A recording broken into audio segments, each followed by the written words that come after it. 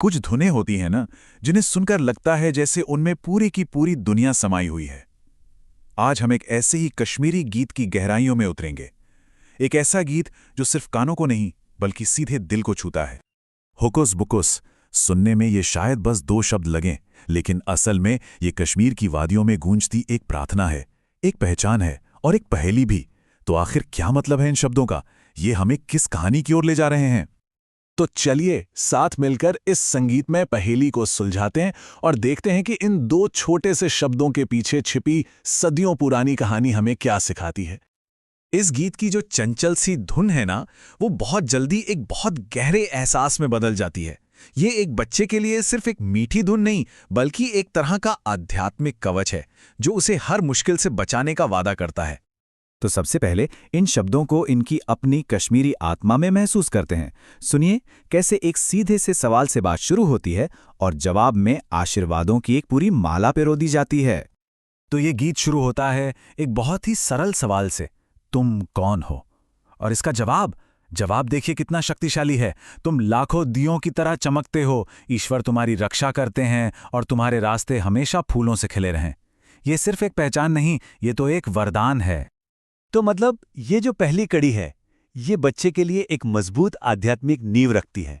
उसे ये एहसास दिलाती है कि वो अकेला नहीं है, बल्कि दैवीय सुरक्षा और आशीर्वाद के एक घेरे में है। अब यहां से कहानी एक कदम और आगे बढ़ती है। ये गीत अब सिर्फ एक बच्चे के लिए आशीर्वाद नहीं रह जाता, बल्कि ये कश्मीर की मिट्टी, उसकी संस्कृति और उसकी सामूहिक पहचान की आवाज बन जाता है। जरा इस दूसरी कड़ी के कश्मीरी बोलों पर ध्यान दीजिए। इनमें जमीन की खुशबू है, मूल्यों की गहराई है और ज्ञान की ताकत का एहसास भी है। तो इसका मतलब है मेरा कश्मीर मेरे बगीचे जैसा है। उपवास ही मेरा सच है, देखना ही विश्वास करना है और ज्ञान मेरी ताकत है। सोचिए, कश्मीर को एक बगीचे से जोड़ना कितना खूबसूरत है। ये सिर्फ एक लाइन नहीं, बल्कि प्रकृति और संस्कृति के गहरे रिश्ते को दिखाती है।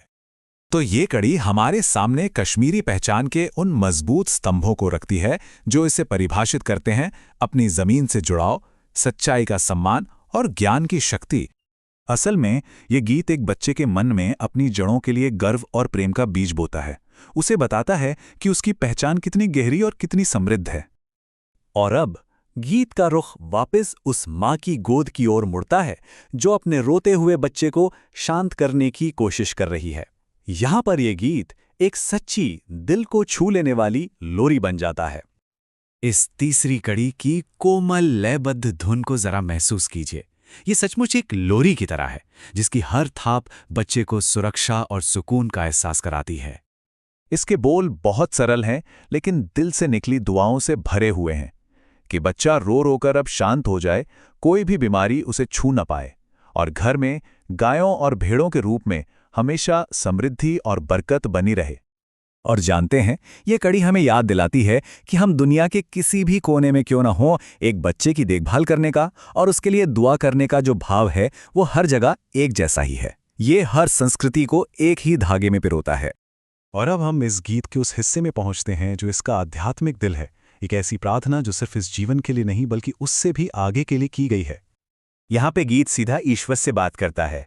शब्द बहुत सरल हैं, पर उनमें एक बहुत गहरी सच्चाई छिपी है कि ये दुनिया तो क्षणभंगुर है, कुछ पलों की है और बच्चे को आपकी सुरक्षा की सबसे ज्यादा जरूरत है।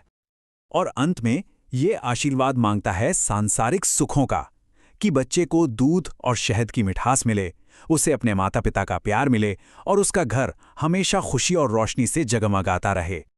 तो देखिए, ये प्रार्थना एक कितनी खूबसूरत यात्रा तय करती है। ये एक आशीर्वाद से शुरू होती है, फिर दुनिया की सच्चाई को स्वीकार करती है, फिर पोषण और प्रेम मांगती है और आखिर में बच्चे के लिए हमेशा की सुरक्षा की कामना करती है। तो अंत में हम ये कह सकते हैं कि ये गीत सिर्फ एक लोरी नहीं है, बल्कि एक बच्चे के पूरे जीवन के लिए एक पवित्र प्रार्थना है। उसकी पहचान, उसकी संस्कृति, उसकी सेहत, उसकी समृद्धि और उसकी आत्मा की सुरक्षा के लिए।